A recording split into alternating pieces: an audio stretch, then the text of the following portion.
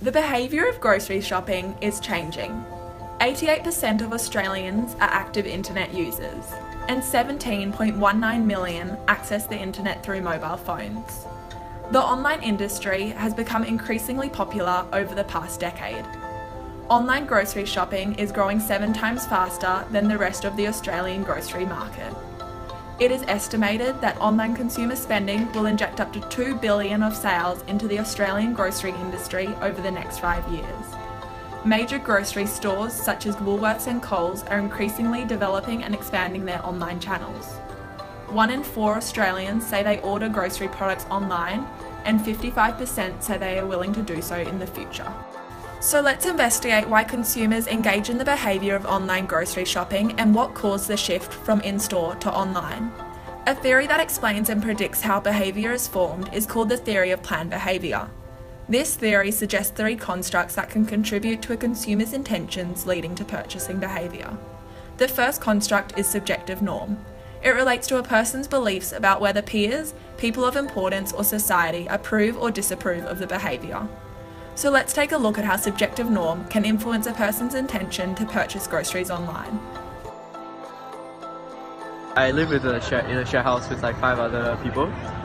So since most of us are like busy with uni and stuff, we just have a bulk order that we make online together, and we can all do it like by internet, and we don't need to be with each other to plan it. So we all just send it by email or messenger, and then send the order online, and it's easier because we don't need to go to the shopping centre or anything.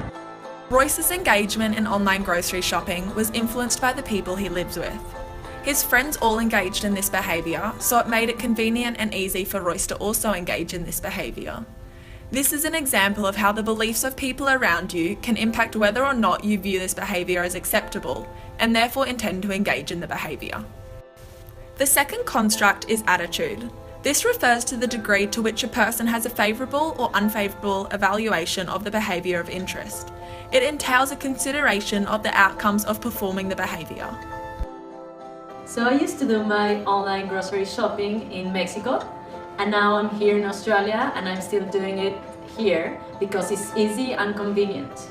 Because the transport fee and the shipping fee is almost the same, and it saved my time and money. The online grocery shopping saved my previous purchases, and I don't have to spend too much time thinking what I have to buy. Stephanie found that online grocery shopping was easy and convenient, which made the behaviour favourable.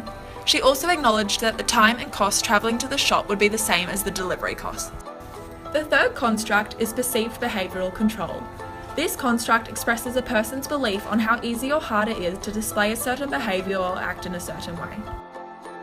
About a year and a half ago I broke my ankle, and whilst lots of people were offering to get me groceries, I lived by myself, and I just found it easier to browse online on my iPad. John was put in a situation where he was unable to go to the grocery store.